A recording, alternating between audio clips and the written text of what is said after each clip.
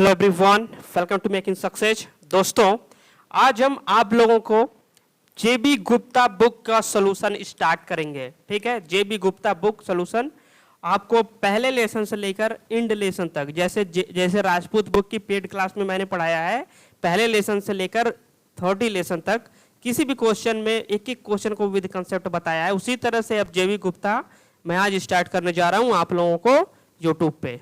ठीक है, और मैं इससे पहले आप लोगों को बता देना चाहता हूं कि जो बेसिक बुक है इलेक्ट्रिकल इंजीनियरिंग की, चाहे वो ITI TG2 हो, जेई का एग्जाम हो या एक एग्जाम हो, उसके लिए आर के राजपूत की पेड क्लास हम लोगों ने कंट्रोल एकदम बेसिक से, ठीक है, एक एक क्वेश्चन को बताया गया है, उसको आप लोग वहां पे जाके पढ़ सकते हो। ठीक है, इस नंबर पे कांटेक्ट कर सकते हो। ठीक है, और कैसा डेमो लेक्चर कैसे पढ़ाया जा रहा है पेड क्लास में, डेमो लेक्चर प्लेलिस्ट में भी मिल जाएगी आपको, और डिस्क्रिप्शन में लिंक मिल जाएगा आर के राजपूत पेड क्लास का, वहां से भी जाके आप लोग वॉच कर सकते हो। ठीक है, कोई डाउट नहीं होना चाहिए किसी भी स्टूडेंट को किसी भी मामले में। ठीक है, चलिए जेबी गुप्ता की बुक को आज हम स्टार्ट करते हैं। जेबी गुप्ता बुक का पहला क्वेश्चन बोल रहा है, ये 6th एडिशन है दोस्तों, आपके पास चाहे 7th एडिशन की हो, 5th एडिशन की हो, या 8th एडिशन को या 3rd एडिशन की हो, बस 10-20 क्वेश्चन का फर्क है, इसके बाद कुछ नहीं है। ठीक है, आपको बुक लेने की जरूरत भी नहीं है। ठीक है ना, चलिए पहला question, the flow of electron in a conductor is due to flow of. देखिए इसमें कुछ क्वेश्चन में पहले से टिक लगा हुआ है, ये मैंने टिक नहीं किया है, PDF जो डाउनलोडेड थी उसी में ही टिक कर दिया गया है। ठीक है, तो उस पर आप लोग टेंशन नहीं होला। बोला है कि कंडक्टर में जो करंट फ्लो होती है वो किसके कारण फ्लो होती है, तो वो आपको पता है इलेक्ट्रॉन के कारण कंडक्टर में करंट फ्लो होती है। किसके कारण? इलेक्ट्रॉन के कारण। ये कोई कंडक्टर है, ठीक, ये कोई कंडक्टर है, इसमें इलेक्ट्रॉन इस डायरेक्शन में, ठीक है, फ्लो हो रहे हैं, तो अपोजिट डायरेक्शन में करंट फ्लो होगी। ठीक, लिक्विड होता तो आयंस भी हम लोग कर लेते हैं। Okay, second, an electric current is the, electric current का मतलब क्या होता है, I is equal to Q/G। ठीक है, तो या Q को लिख सकते हैं NE अपान में T, मतलब moment of free electron predominantly in one direction. अभी ऊपर मैंने फिगर में भी बताया, इलेक्ट्रॉन सारे एक डायरेक्शन में मूव करते हैं। इस डायरेक्शन में अगर इलेक्ट्रॉन मूव कर रहा है ये, तो इस डायरेक्शन में आपकी क्या फ्लो होगी, करंट।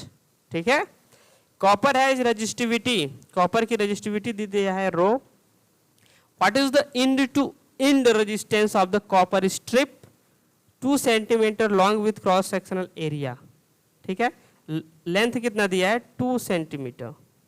ठीक है, और cross sectional area A is equal to दिया है 5 × 10⁻⁻6 मीटर स्क्वायर।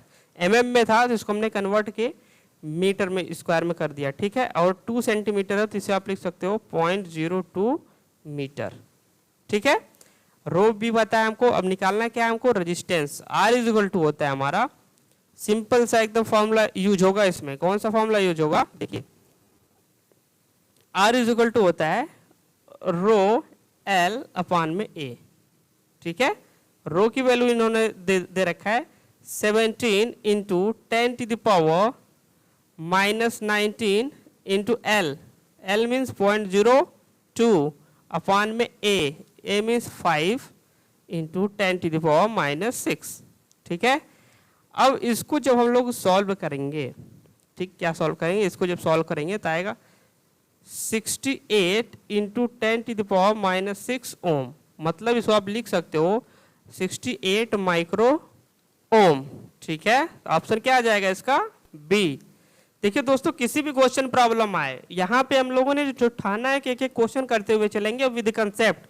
आप लोगों का दोस्तों, बस मुझे तो दुख बस इस बात का रहता है कि मैं इतना मेहनत करता हूँ यूट्यूब पे आप लोगों के लिए फ्री में, आप लोग शेयर और लाइक नहीं करते, कमेंट नहीं करते यार।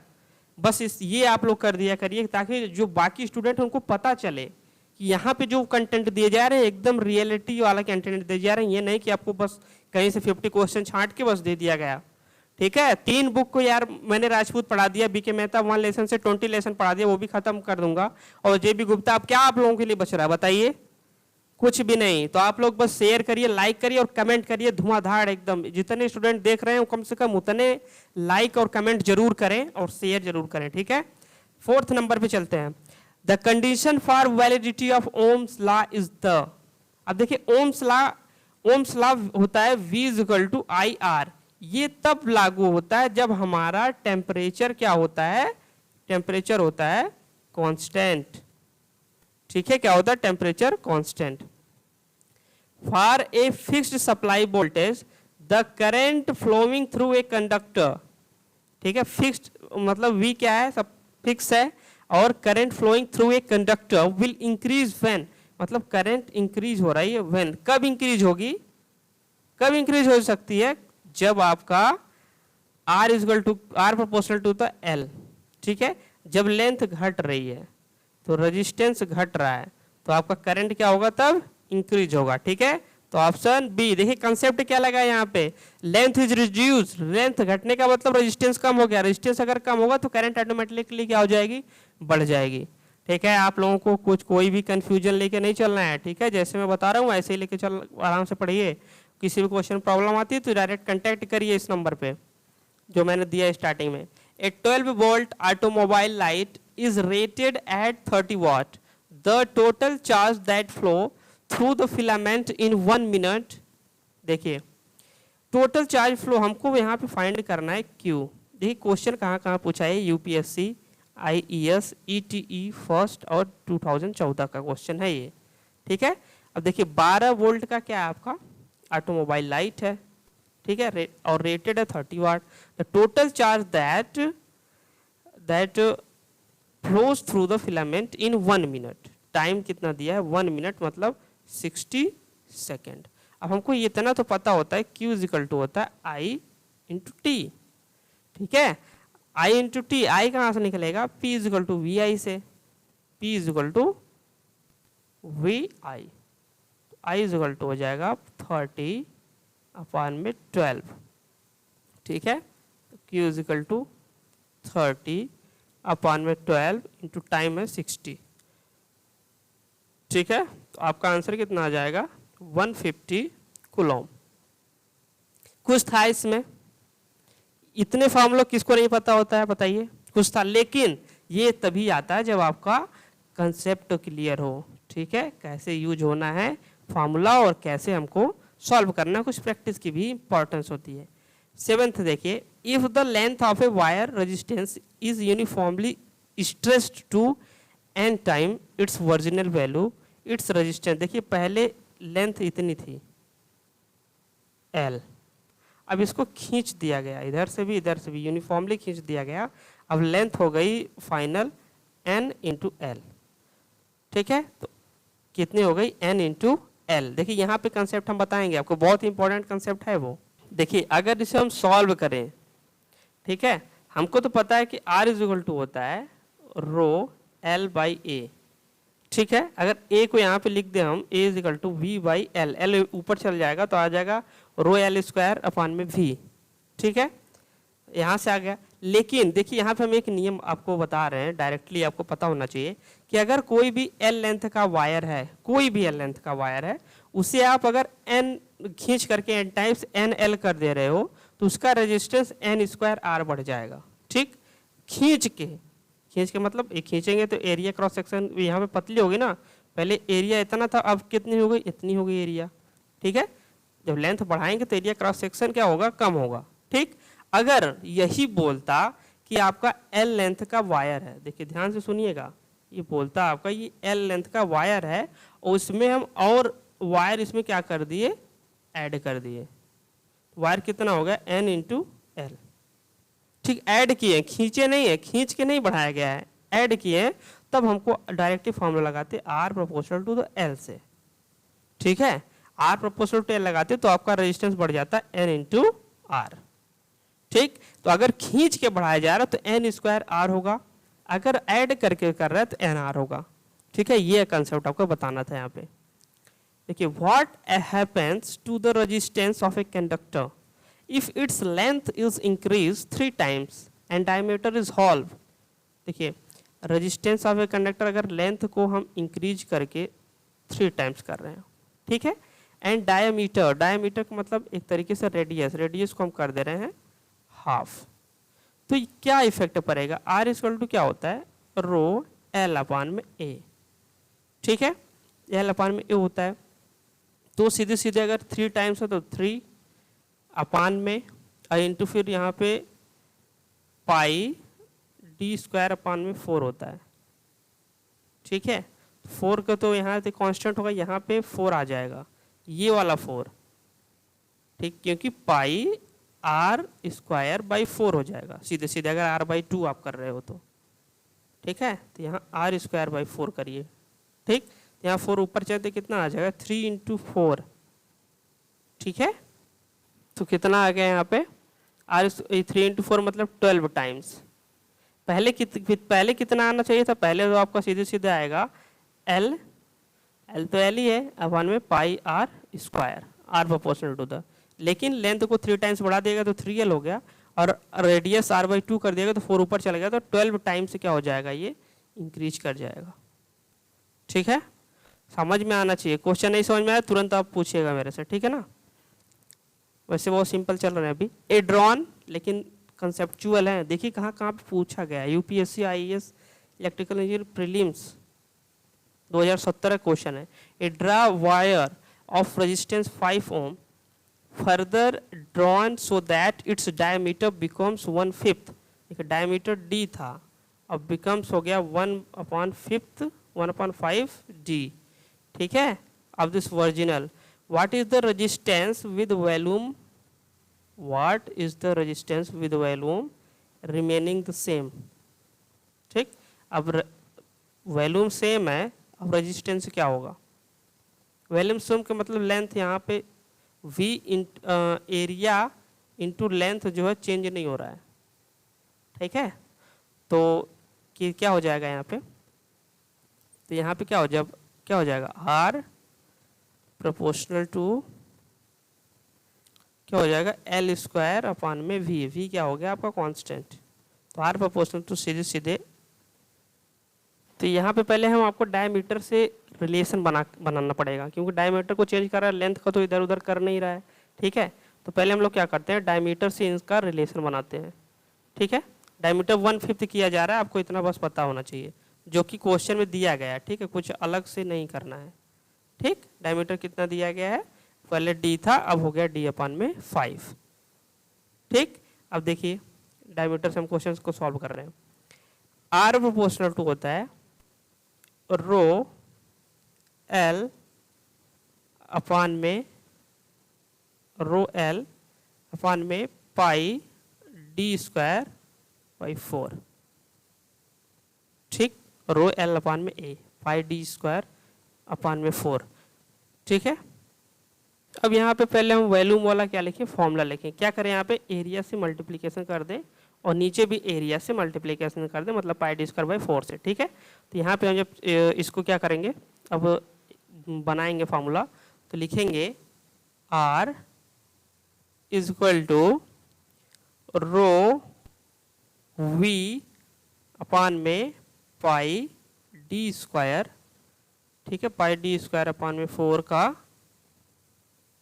Whole square. ठीक है, तो R इज इक्वल टू हो जाएगा रो V इंटू 16। ठीक है, अपान में पाई डी स्क्वायर का होल स्क्वायर। ठीक है, अब यहाँ पे पाई वगैरह तो कांस्टेंट ही है, डी क्या हो रहा है, बस यहाँ पे वेरिएबल हो जा रहा है। ठीक है, 16 भी कांस्टेंट, वॉल्यूम भी और रेजिस्टिविटी भी कांस्टेंट होती है। तो यहाँ से अगर हम रिलेशन अब निकालें तो R प्रोपोर्शनल टू हो जाएगा 1 अपान में d की द पावर 4। ठीक है, अब लिखें यहाँ पे हम R ओल्ड अपान में R न्यू। ठीक है, तो क्या हो जाएगा यहाँ पे D ओल्ड अपान में D न्यू।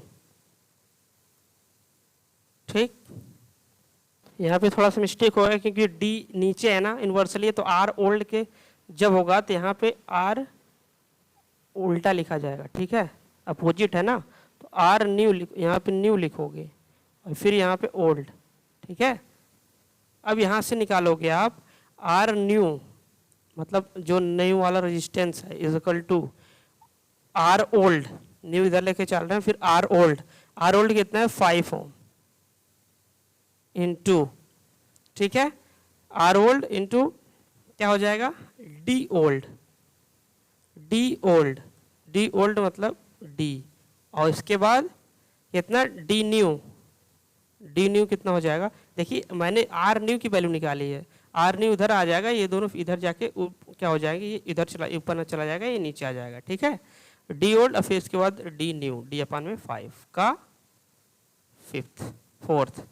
अब देखिए अब यहाँ से डी क्या हो गया, कैंसिल, सीधे सीधे हम लोग लिखेंगे क्या, 5 इंटू क्या हो जाएगा, 1 अपान में 5 की पावर 4, 1 अपान में 5 की पावर 4, ये ऊपर चला जाएगा तो डायरेक्टली आप इसे लिख सकते हो 5 की पावर 5, मतलब 3125 ओम, ये हो जाएगा आंसर। 5 की पावर 5 का मतलब 5 इंटू 5 इंटू 5 इंटू 5, ठीक है, तो 125 गुणे 5 पचे 25 बचे, ठीक, ऐसे आप करते जाओगे, ठीक, 5 की पावर 5 इंटू फिर 5 5 बार, तो आंसर आ जाएगा 3125 ओम, ठीक। देखिए यूपीएससी का क्वेश्चन था ये। अब जब इसको आप लगा लोगे तो आपको इतना कॉन्फिडेंस आ जाएगा ना कि जेईई में तो आप धुआंधार मारोगे, कोई मतलब ही नहीं रहेगा। The hot resistance of the filament of a bulb is higher than the cold resistance because the temperature coefficient of the filament, देखिए क्या होता है टेम्परेचर कोफिशिएंट, अगर आप टेम्परेचर बढ़ाते हो फिलामेंट का, फिलामेंट में जैसे टंगस्टन यूज होता है, ठीक है, तो टंगस्टन का रेजिस्टेंस क्या होता है, ज़्यादा होता है। अब जैसे ही इसके रेजिस्टेंस अगर टेम्परेचर बढ़ाते हो तो रेजिस्टेंस भी क्या करता है, बढ़ने लगता है, ठीक है, तो टेम्परेचर बढ़ाओगे रेजिस्टेंस बढ़ेगा, तो इसे बोलते हैं हम लोग पॉजिटिव टेम्परेचर कोफिशिएंट, ठीक है। टेम्परेचर बढ़ाने पर अगर रेजिस्टेंस घटता है तो उसे बोलते हैं नेगेटिव टेम्परेचर में, जैसा कि कंडक्टर का होता है, ठीक है। कंडक्टर कैसा होता है, कंडक्टर जैसे कॉपर हो गया, रेजिस्टेंस इसका होता है कम, लेकिन टेम्परेचर बढ़ने लगता है ना, तो इसका भी पॉजिटिव टेम्परेचर कोफिशिएंट होता है, अल्फा इज पॉजिटिव कंडक्टर का, इंसुलेटर का नेगेटिव होता है। 3 parallel resistive branches are connected across a DC supply, what will be the ratio of the branch current I1 I2 I3 और the branch resistance R1 R2 this, ठीक है, DC supply से add हुआ है और आपको करंट का क्या करना है, रेशियो निकालना है, रेजिस्टेंस का रेशियो पता होना, आपको पता होता है I इक्वल टू होता है V अपन में R, ठीक है। अगर इस फॉर्मूले से हम लोग सॉल्व करें तो यहाँ पे ऐसे लिखेंगे I1 ratio I2 ratio I3 equal to V upon में R1 रेशियो V अपन में R2 V अपन में R3, ठीक है, तो V सब में कॉमन है तो ये कैंसिल हो जाएगा, ठीक। अब हम लोग क्या करें, हमको तो I1 I2 I3 निकालना है, तो R1 R2 R3 से मल्टीप्लिकेशन कर दें तीनों में, जब इसमें पहले वाले में R1 R2 R3 से मल्टीप्लिकेशन करेंगे, ठीक है, तीनों में करना है R1 R2 R3 से। देखिए अगर यहाँ पे नीचे R1 है ना, R1 R2 मतलब इन तीनों से मल्टीप्लिकेशन R1 R2 R3 से मल्टीप्लिकेशन करना है, ठीक है। तो अब पहले मल्टीप्लिकेशन करेंगे तो आएगा, अब आपका R1 कैंसिल हो जाएगा, आएगा R2 R3 इस 2, फिर इसमें R2 कैंसिल हो जाएगा तो बचेगा क्या, R1 R3 इस 2, फिर R3 कैंसिल हो जाएगा तो आएगा R1 R2, ठीक। अब R2 कितना है यहाँ पे दिया है 4 6, ठीक है, तो कितना हो जाएगा 4 6 R2 R3, R1 R3 2 6 2 6, R1 R2 2 4, ठीक है, 2 4। अब इसे सॉल्व करते हैं, ये आ जाएगा 24, ये आएगा 12, ये आएगा 8।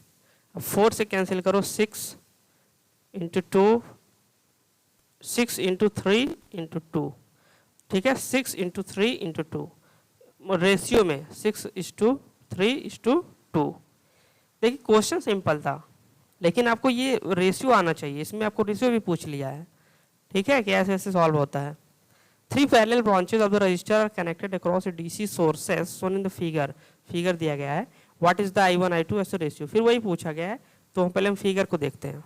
देखिए फिगर में 2 है, 4 है, 6 है, I1 I2 I3 है, ठीक। और ई आपका तो कांस्टेंट है, पैरेलल में सभी हैं, तो ई आपको लिए सबके लिए समान ही होगा, ठीक है। फिर वही फॉर्मूला देखिए, इसे डायरेक्टली सॉल्व कर रहे हैं हम, क्या लिखेंगे, I1 I2 I3 equal to ई अपान में R1 ई अपान में R2 ई अपान में R3।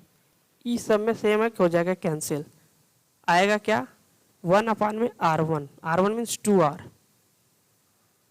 1 अपान में R2, 1 मतलब 4R, 1 अपान में 6R, तो कितना हो जाएगा आपका 6:3:2,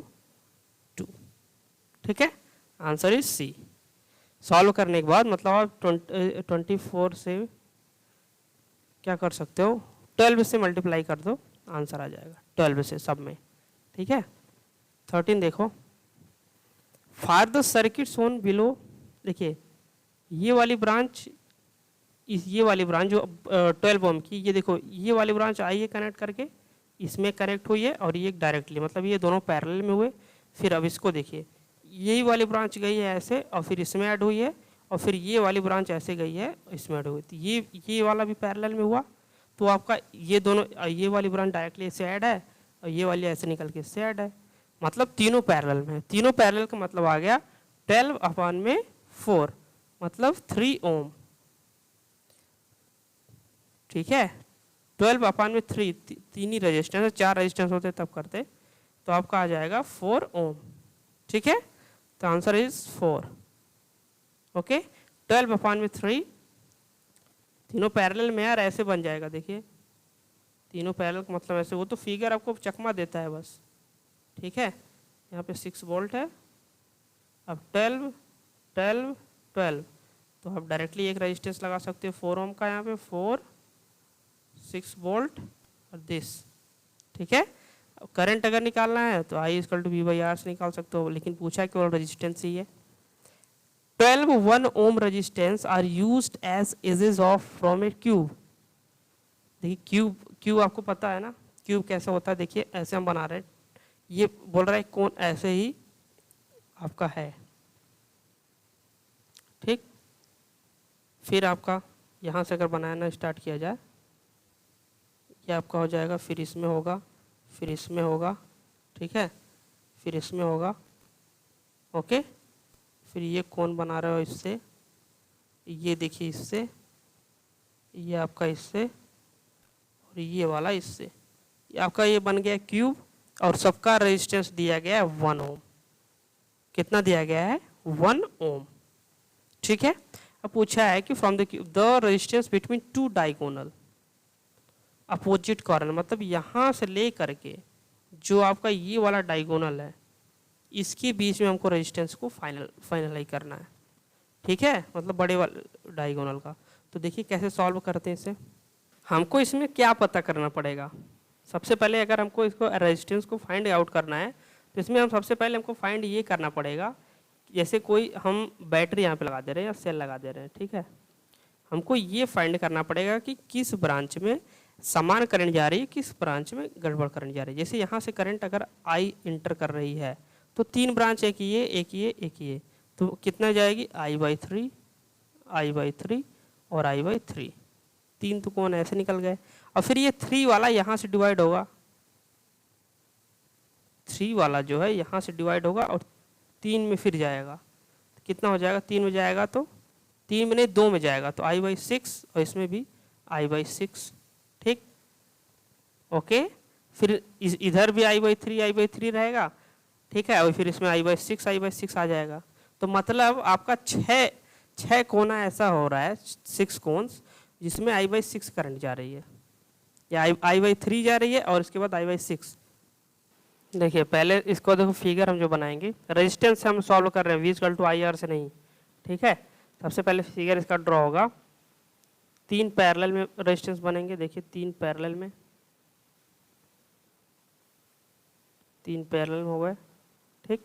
फिर इसके सीरीज में 6 रजिस्टर ऐड होगा, कितने होंगे, 6, 6 रेजिस्टेंस हो गया, और फिर 3 पैरेलल, 3 पैरेलल और फिर एंड, ये ए हो जाएगा, ये बी हो जाएगा, यहाँ से बना है ए और ये आपका बी। ठीक है, 1 1 1 1 1 1 1 1 1, मतलब देखिए 1/3, फिर 1/6, फिर 1/3। सॉल्व करेंगे, आएगा 5/6 ओम। तो answer is A. V equal to I R से भी सॉल्व कर सकते हो। देखिए ऐसे क्वेश्चन को आपको पता होना चाहिए, ठीक है, वहाँ पे सॉल्व करने के लिए देगा ही नहीं ऐसा। एन रजिस्टर ईच ऑफ, अगर आप जेईई के लिए कर रहे हो तो आईएएस के लिए दे सकता है। एन और ITA TG2 में भी तो बिल्कुल नहीं देगा, डायरेक्टली आपको याद अगर है 5/6 इंटू आर, वहाँ तो आर इक्वल टू 1 दिया है, कोई भी वैल्यू दे दिए। ठीक है, यहाँ देखिए आपको बता दे रहे हैं कंसेप्ट, आपको ऐसा लिखना है 5r/6 क्यूब के डायगोनल का इक्विवेलेंट, सबका रेजिस्टेंस अगर आर है कॉर्नर का तो। ठीक है, आर की वैल्यू अगर यहाँ पे 1 1 दिया था तो 1 रख दिया, 5/6 ओम आ गया। अगर 2 ओम दिया था तो डायरेक्ट यहाँ पे कितना 10/6 आ जाता। ठीक है, ये वैल्यू आपको याद रखनी होगी। N resistor each of resistance R when connected in series offer an equivalent resistance of 50 ohm. ठीक है, and when reconnected in parallel the effective resistance is 2 ohm. The value of R, N register है, अगर उसे हम series में connect करते हैं मतलब N इंटू आर करते हो तो आपको 50 ओम आता है। अगर पैरेलल में मतलब R/N करते हैं तो ये 2 ओम आता है। ठीक है, दोनों को मल्टीप्लिकेशन करेंगे तो कितना आएगा, R² equal to 100, R equal to 10 ohm, कितना आ जाएगा 10 ओम। A current of 2 ampere passes through a cell of EMF 1.5 volt having internal resistance. The potential difference across the terminals of the cell is, देखो यार cell ही है ना, cell है तो directly आप लगाओ E minus I into R, जो drop हो जा रहा है सेल का इंटरनल रेजिस्टेंस की वजह से। टोटल कितना है 1.5 वोल्ट माइनस करंट 2 है, इंटरनल रेजिस्टेंस आपका 0.15। ठीक है, तो 1.5 माइनस 0.3 तो 1.2 volt. Answer is D. In a parallel resistive circuit, opening a branch, parallel resistive circuit है, ओपनिंग ए ब्रांच, इसे आपने क्या कर दिया, ओपन कर दिया। ठीक है, अब ब्रांच अगर आप ओपन करोगे तो पैरेलल रेजिस्टेंस ऐसे ही कम होता है ऐड करने पे, तो टोटल रेजिस्टेंस क्या कर जाएगा, इंक्रीज कर रहेगा। अब आप खुद कॉमन सेंस लगा सकते हैं, अगर 2 ओम है, ठीक है, टोटल आपका कितना आता 2/3 ओम, टोटल रेजिस्टेंस आता ना 2/3 ओम। अगर एक ब्रांच यही ओपन कर दिए तो केवल 2 ही का ऐड होगा ना, तो 2/2 हो जाएगा, मतलब 1 ओम। तो 1 की वैल्यू ज़्यादा ही तो है 2/3 से, तो इंक्रीज इन टोटल रेजिस्टेंस पहला ही सही है। डिक्रीज इन टोटल पावर, अगर आप रेजिस्टेंस घट जा रहा है, ठीक है, रेजिस्टेंस क्या हो जा रहा है, डिक्रीज कर मतलब घट जा रहा है ओपन करने से, तो पावर क्या होगा, पावर तो एडिटिव ही होता है पैरेलल में, मतलब इसका पावर सबका ऐड करते हैं P1 + P2 + P3। तो ये क्या हो जाएगा आपका, जब एक ब्रांच ओपन हो गई तो उसमें पावर घट गया, टोटल पावर भी तब घट जाएगा, तो डिक्रीज इन टोटल पावर, ये भी सही हो गया। No change in total voltage, तो देखिए पैरेलल में वोल्टेज क्या होता है, ई या वी कुछ भी ले सकते हो आप, तो ये आपका सबके लिए इक्वल होता है, इसके क्रॉस कुछ भी आप ओपन कर दो वोल्टेज तब भी, अगर यहाँ 20 वोल्ट था तो इसके इन दोनों के क्रॉस 20 वोल्ट ही रहेगा, चाहे आप इसको भी ओपन कर दो दूसरे वालों को भी। तो ठीक है, तो यहाँ पे सब सही है। यहाँ पे देखिए कंसेप्चुअल क्वेश्चन, ऐसे क्वेश्चन छोड़ना नहीं चाहिए, बहुत ध्यान से पढ़ना चाहिए कि क्या हो रहा है पैरेलल में रेजिस्टेंस ओपन करने पे। ठीक है, सीरीज में अगर रेजिस्टेंस ओपन करते हैं तो घट जाता है रेजिस्टेंस, पैरेलल में बढ़ जा रहा है। ठीक है, how are 500 resistor connected to a give an effective resistance of 750 ohm, मतलब कितने 500 के रेजिस्टेंस हैं जिसको हम ऐड करें 750 ओम आ जाए। देखिए 500 ओम का रजिस्टर है ना, 2 को पैरेलल में ऐड कर दो, चलो 2 को पैरेलल में ऐड कर दिया और 1 को सीरीज में, ठीक है, एक को सीरीज में। चलो निकालो, 500 500 हो जाएगा 250, ठीक है, और प्लस सीरीज में है तो 500, कितना आ गया 750 ओम। ठीक है, मतलब 2 are parallel, 2 resistor each in parallel and the combination of series and other is 500. ठीक है, in given the value of resistance R in ohm, इसमें R की वैल्यू फाइंड करनी है। ठीक है, देखिए इसमें करंट I दिया है ना, दिया ना I, देखिए कैसे इसको हम लोग सॉल्व करेंगे सिंपल तरीके से। 100 अगर हम I इक्वल टू केवल लिखें तब की बात कर रहा हूँ।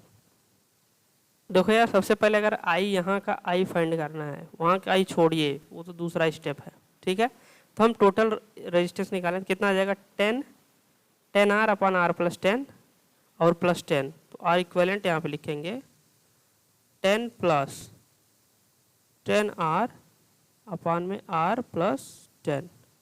ठीक है, ये टोटल आ गया आपका R इक्वेलेंट। तो I इक्वल टू क्या हो जाएगा 100 अपॉन में R इक्वेलेंट। ठीक है, I इक्वल टू 100 अपॉन में R इक्वेलेंट, मतलब दिस वैल्यू। ठीक है, अब यहाँ पे करंट I आ गई, अब यहाँ पे तोड़ेंगे हम दो पार्ट में। ठीक है, इसमें जो करंट फ्लो होगी, करंट रेशियो का फॉर्मूला लगाएंगे, इसकी करंट निकाल लें 2 एम्पियर इज इक्वल टू, ये वाला रेजिस्टेंस लेंगे हम 10 अपॉन में 10 plus R, this value is R into total current I। Total current कितना है 100 अपॉन R इक्विवेलेंट। ओके, अब देखिए यहाँ से हम क्या करेंगे 2 into 10 plus R equal to 10 into I means this, मतलब 100 अपॉन में R equivalent. R equivalent means this value 10 plus 10 R upon में R प्लस 10। अब यहाँ से जब हम इस वाले इक्वेशन सॉल्व करेंगे R की वैल्यू, तो आएगी आपकी 20 ओम। आफ्टर सॉल्व कर लीजिएगा, बहुत सिंपल सा है। ठीक है, इक्वेशन ये बनाना मेन था। ठीक है, in figure the below the value of R, अब देखिए वैल्यू ऑफ R यहाँ पे निकालना है, तो 10 कितना होगा 5 और R प्लस 5। ठीक है, तो 8 इक्वल टू I दिया है 100 अपॉन R प्लस 5। ठीक, अब यहाँ से R की वैल्यू डायरेक्टली आप क्या कर सकते हो, फाइंड कर सकते हो। कैसे निकालोगे, देखिए 8R plus 40, 8R plus 40 equal to 100। ठीक है, तो 8R इक्वल टू 60, कितना आ गया 60। तो कितना फाइंड करने के बाद आएगा R इक्वल टू आ जाएगा 7.5 ओम। ठीक है, सिंपली आपका फाइंड हो गया वैल्यू 7.5 ओम। तो दोस्तों आज आप लोगों के लिए जेबी गुप्ता हम लोग स्टार्ट कर दिया है बहुत ही अच्छे तरीके से। ठीक है, अगर किसी भी क्वेश्चन में आपको तब भी प्रॉब्लम आती है, आप इस नंबर पे कांटेक्ट करिए। और इससे पहले मैं बताऊंगा जो बेसिक बुक हमारा आर.के. राजपूत है, उससे आप लोग कंप्लीट करके तब आइए, इसको पढ़िए। ठीक है, इसको बहुत ही इंपॉर्टेंट बुक है, इसको पढ़ना ना भूलें। ओके, और शेयर जरूर करें अपने दोस्तों में। Thanks for watching this video, see you next time.